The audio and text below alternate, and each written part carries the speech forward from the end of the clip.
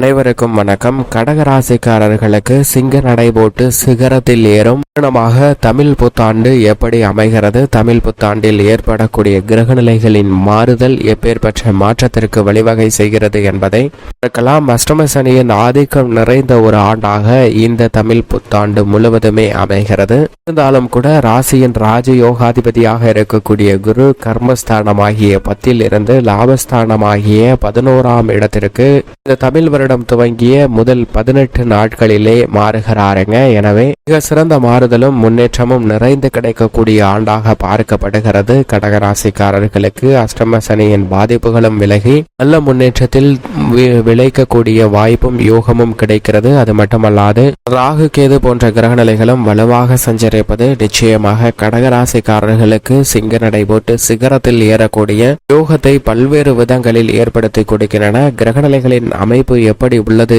என்பதை ஆராய்ந்து பார்க்கும் போது கடகராசிக்காரர்களுக்கு தமிழ் புத்தாண்டு 2024 இன்று கிரகநிலைகளின் அமைப்பு எப்படி உள்ளது, தமிழ் புத்தாண்டு வருடம் முழுவதும் கிரகநிலைகளில் ஏற்படக்கூடிய மாறுதல் என்ன என்பதை சற்று விரிவாக பார்க்கலாம். முழு சுப கிரகமாக இருக்கக்கூடிய குரு தமிழ் வருடம் பிறக்கக்கூடிய ஏப்ரல் 14ஆம் தேதி அன்று மிக வலுவாக மேசராசியில் சஞ்சரிக்கிறாருங்க. அது நட்பு கிரகமாக இருக்கக்கூடிய செவ்வாயின் ஆட்சி வீட்டில் குரு தமிழ் வருடம் பிறந்ததிலிருந்து 15 நாட்கள் அங்கு வலுவாக சஞ்சரிப்பார். அதற்கு பிறகு தனது பகை கிரகமான சுக்கிரனின் ஆட்சி வீடான ரிஷபராசிக்கு மாறி அங்கு வலுவாக சஞ்சரிக்க போகிறாருங்க. இந்த வருடத்தின் இறுதியில் வலுவாக ரிஷபராசியில் தான் சஞ்சரிக்க போகிறார். எனவே குருவினுடைய அமைப்பு பெரும்பாலும் ஆதிக்கம் செலுத்தக்கூடிய அமைப்பாக ரிஷபராசியில் சஞ்சரிக்கும் போதுதான் அமைந்திருக்கிறது. எனவே குரு தனது பகை கிரகமாக சுக்கிரனை பார்த்தாலும் சுக்கிரன் சமகிரகமாக பார்க்கிறார். எனவேதான் ரிஷபராசியில் குரு இருக்கக்கூடிய வேளையில் பல்வேறு விதமான நன்மைகள் நிச்சயமாக நிறைந்து கிடைப்பதற்கான வாய்ப்பு உருவாகியுள்ளது.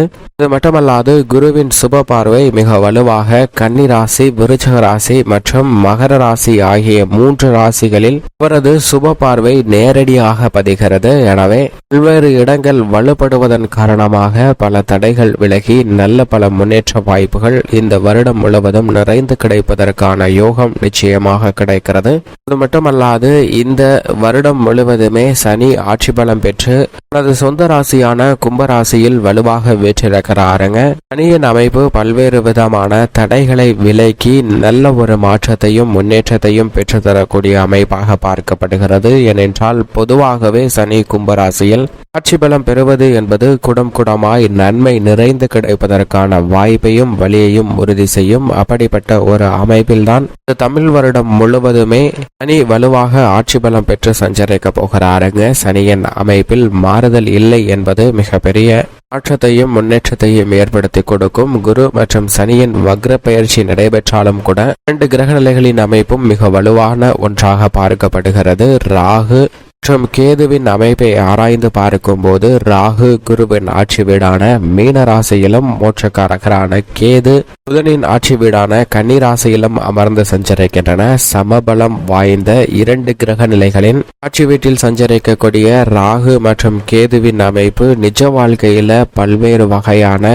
எதிர்பாராத அற்புதமான மாற்றங்களை சந்திப்பதற்கான சூழ்நிலை உருவாகி உள்ளது என்பதை தெளிவாக உறுதிப்படுத்துகின்றன. பெரும்பாலும் இந்த வருடம் முழுவதும் ராகு மற்றும் கேதுவின் அமைப்பில் எந்த விதமான மாறுதலும் இல்லை. முன்னோக்கி நகரக்கூடிய கிரகங்கள் இந்த தமிழ் வருடம் முடிந்ததற்கு பிறகு ராகு கும்பராசியிலும் கேது சிம்மராசியிலும் நுழைய இருக்கின்றனர். இருந்தாலும் இந்த வருடம் முழுவதுமே பொதுவாக சம கிரக நிலைகளின் வீட்டில் சஞ்சரிப்பதால் பல்வேறு வகையான தடைகள் சிரமங்கள் விலகி நன்மை தீமை கலந்து சமபலம் கிடைக்கக்கூடிய வாய்ப்பு இருந்தாலும் கூட இது சிம்மராசியில் நுழைவதை விட கன்னிராசியில் சஞ்சரிப்பதால் நல்ல மாறுதல் நிச்சயமாக கிடைப்பதற்கான யோகமும் எதிர்மறையான எண்ணங்கள், கற்பனையான பயங்கள், எதிர்காலத்தை பற்றிய அச்சம் போன்றவை நீங்கி அற்புதமான முன்னேற்ற வாய்ப்புகள் கிடைப்பதற்கான யோகம் உண்டு என்பதை தெளிவாக உறுதிப்படுத்துகிறாருங்க.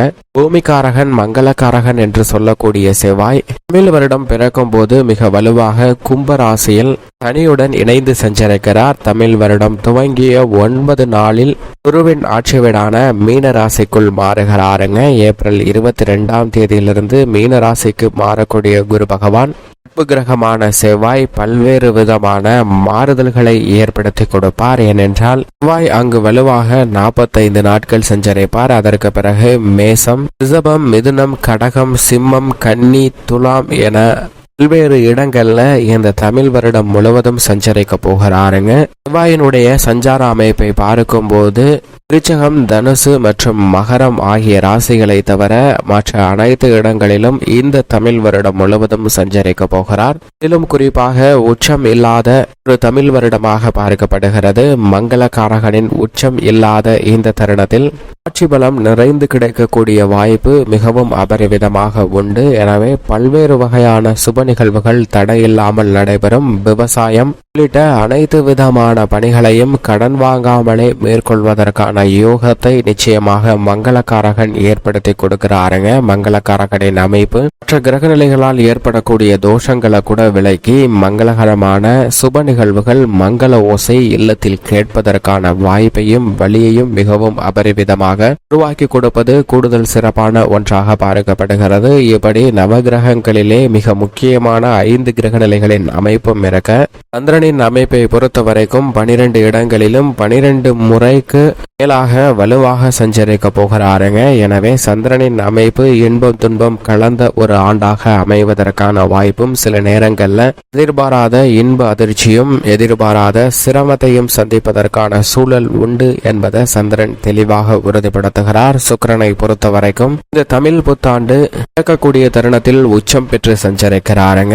தமிழ் புத்தாண்டு பிறந்த 12 நாட்களுக்கு பிறகு உச்ச நிவர்த்தி பெறுகிறார். மட்டுமல்லாது 12 இடங்களிலும் மாறி மாறி சஞ்சரிக்கக்கூடிய சுக்கிரன் இந்த வருடம் முடியும் தருவாயிலும் உச்சம் பெற்று வலுவாக சஞ்சரிப்பார். எனவே சுக்கிரனின் அமைப்பை பொறுத்த வரைக்கும் பெரும்பாலும் இந்த வருடம் முழுவதும் நல்ல பலன்களையும் சாதகமான முன்னேற்றத்தையும் நிறைந்து கொடுக்க போகிறாருங்க. ஏனென்றால் சுக்கிரனின் ஆட்சி வீட்டில் குரு இருப்பது உள்ளிட்ட பல அற்புதமான கிரகநிலைகளில் ஏற்படக்கூடிய மாறுதல் சுக்கிரனுடைய பல நன்மைகள் நிறைந்து கிடைப்பதற்கான வாய்ப்பு உருவாகிறது. புதன் இந்த தமிழ் புத்தாண்டு துவங்கக்கூடிய தருணத்தில் வக்ரகதியில் மீன ராசியில் சஞ்சரிக்கிறார். தமிழ் புத்தாண்டு துவங்கிய 3 தினங்களிலே வக்ர நிவர்த்தி பெற்று சுபத்துவ பாதையில் மிக வலுவாக சஞ்சரிக்க போகிறாருங்க. மட்டுமல்லாது புதன் இந்த வருடத்தில் 12 இடங்களிலுமே மாறி மாறி சஞ்சரிக்க போகிறார். உச்சமும் ஆட்சி பலமும் பெறக்கூடிய புதனின் அமைப்பு புத ஆதித்ய புத சுக்கிர யோகம் உள்ளிட்ட பலவற்றை நிறைந்து கொடுப்பதால் பல பணிகளை தடையில்லாமல் சிரமம் இல்லாமல் மிக சிறப்பாக முடித்துக் கொள்வதற்கான வாய்ப்பும் யோகமும் நிறைந்து கிடைக்கிறது என்பதை தெளிவாக உறுதிப்படுத்துகிறார். சூரியனை பொறுத்த வரைக்கும் வருடத்தின் துவக்கத்தில் உச்சம் பெற்றும் அடுத்த 5 மாதங்களில் ஆட்சி பலம் பெற்றும் சஞ்சரிப்பார். இந்த வருடத்தில் சூரியன் 12 இடங்களிலும் மாறி மாறி சஞ்சரிப்பாருங்க. சூரியனுடைய மாறுதல் வாழ்வில் இன்ப துன்பம் கலந்த நிகழ்வு உண்டு என்பதை யதார்த்தமாக உறுதிப்படுத்துகிறது. எனவேதான் சூரியன் கையாளக்கூடிய இந்த தமிழ் புத்தாண்டு பல்வேறு வகையில நல்ல மாற்றத்தையும் அதிகாரமும் ஆளுமையும் நிறைந்து கிடைப்பதற்கான வாய்ப்பும் நேரடியான பல அரசியல் ரீதியான மாற்றங்கள் உட்பட பலவற்றை நிறைந்து பெறுவதற்கான அதிர்ஷ்ட யோக வாய்ப்பு உண்டு என்பதை உறுதிப்படுத்துகின்றன. இப்படி நவகிரகங்களின் அமைப்பும் இந்த தமிழ் வருடத்தில் இருக்க குடும்பம், உத்தியோகம், தொழில் என அனைத்திலும் எப்பேற்பட்ட மாறுதல் ஏற்படுகிறது என்று பார்க்கும்போது கடகராசிக்காரர்களுக்கு ராசியின் ராஜயோகாதிபதியான குரு பகவான் லாபஸ்தானமாகிய 11ஆம் இடத்தில் குரு வலுவாக தமிழ் புத்தாண்டு துவங்கிய 18 நாளில் மாறி சஞ்சரிக்க போகிறாருங்க. லாப குருவின் ஆதிக்கம் நிறைந்திருக்கக்கூடிய இந்த தமிழ் வருடம் இல்லத்தில் பல்வேறு வகையான சுப நிகழ்வுகள் நடைபெறுவது மட்டுமல்லாது பணப்புழக்கம் அதிகரிக்கக்கூடிய வகையில் குடும்ப வருமானம் உயரக்கூடிய இனிமையான தருணமாக பார்க்கப்படுகிறது. எந்த பணியை மேற்கொண்டாலும் அவற்றை செவ்வன சிறப்பாக கையாளுவதற்கான யோகம் கடகராசிக்காரர்களுக்கு நிச்சயமாக உண்டு என்பதை குரு உறுதிப்படுத்துகிறார். ஏனென்றால் குரு மட்டுமல்ல நிழல் கிரகமாக இருக்கக்கூடிய ராகு 9லும், மோட்ச கரகரான கேது பாக்கியஸ்தானத்தில் தனது சுப பார்வையை செலுத்துவதோடு மட்டுமல்லாது 3ஆம் இடமான வெற்றிக்கே உரித்தான தைரிய ஸ்தானத்தில் வலுவாக சஞ்சரிக்கிறார். எனவே குரு, ராகு, கேது போன்ற கிரகநிலைகள் வலுவாக வெற்றிருப்பதால் இல்லத்தில் பல்வேறு வகையான சிரமங்கள் நிச்சயமாக விலகும். அஷ்டம சனியால் ஏற்பட்ட தற்காலிகமான பிரிவு, பாதிப்பு உட்பட அனைத்துமே மறையக்கூடிய ஒரு தருணமாக இந்த தமிழ் புத்தாண்டு அமைவதற்கான யோகம் உண்டு என்பதை தெளிவாக உறுதிப்படுத்துகின்றன.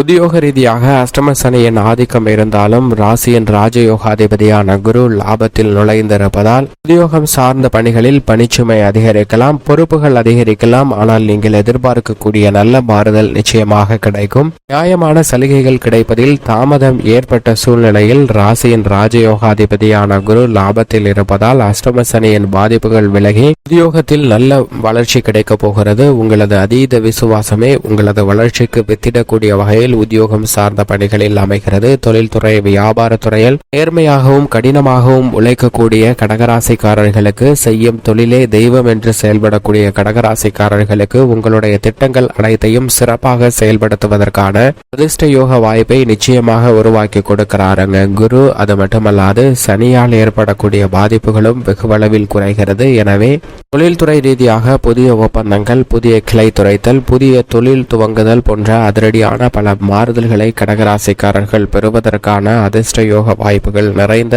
ஒரு ஆண்டாக நிச்சயமாக இந்த வருடம் அமைகிறது என்பதில் சந்தேகமே இல்லை. அது மட்டுமல்லாது கலைத்துறையின் நாயகனாக இருக்கக்கூடிய சுக்கிரன் உச்சம் பெற்றிருக்கிறார். இந்த வருடம் முழுவதுமே பெரும்பாலும் சாதகமாக சஞ்சரிக்கிறார். எனவே சுக்கிரனின் அமைப்பு காரணமாக கலைத்துறையில் இருக்கக்கூடிய தடைகள் விலகும். பல்வேறு வகையில முன்னேற்றத்திற்கு முட்டுக்கட்டையிட்ட தோஷங்கள் தகர்த்தெறியப்படுகின்றன. எனவே நீங்கள் எதிர்பார்க்கக்கூடிய நல்ல வளர்ச்சி கலைத்துறையில் நிச்சயமாக உண்டு. அரசியல் சார்ந்த பணிகளில் ஆட்சி மாறுதல் உட்பட பல்வேறு வகையான மாறுதல்களை சந்திப்பதற்கான யோகத்தை ஏற்படுத்தி கொடுக்கிறாருங்க குரு. சுக்கிரனும் அதையே உறுதிப்படுத்தக்கூடிய வகையில் வலுவான அமைப்பில் வீற்றிருக்கிறார். எனவே இந்த தருணத்தில் அரசியல் துறை ரீதியான பணிகளில் மிகப்பெரிய அளவுல நம்பிக்கை அதிகரிக்கும். விவசாயம் சார்ந்த பணிகளை முன்கூட்டியே திட்டமிட்டு கணித்து செயல்படுவதற்கான வாய்ப்பை உருவாக்கி கொடுக்கிறாருங்க செவ்வாய். கால்நடை வளர்ப்பிலும் நல்ல முன்னேற்றம் கிடைக்கும். மாணவ மாணவரின் கல்வியில் எதிர்பார்த்தபடி நல்ல வளர்ச்சி விரைந்து கிடைக்கும். உயர்கல்வி உட்பட அனைத்தும் சாதகமாக அமையும். ஏனென்றால் வக்ர நிவர்த்தி பெற்று